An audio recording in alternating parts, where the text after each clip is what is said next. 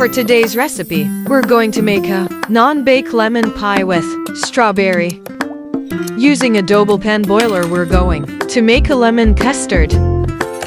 For the lemon custard, I used 4 whole eggs, 15 grams of butter, 150 grams of white sugar, 10 to 15 milliliters of lime juice, and 2 to 3 gelatin leaf.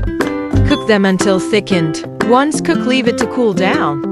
Now we're going to beat 3 egg whites. Beat until it becomes thick like an icing texture. Put 75 grams of icing sugar. Continue mixing until you achieve the desired texture. And now we're going to mix 300 grams of mascarpone cheese. Blend it with egg mixture until fully dissolved and creamy. Now let's combine the lemon custard and the cream mixture. Combine well but gently.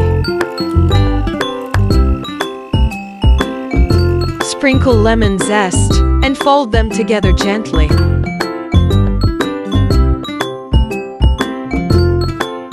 Using a cooked pie crust, transfer and arrange the cream mixture.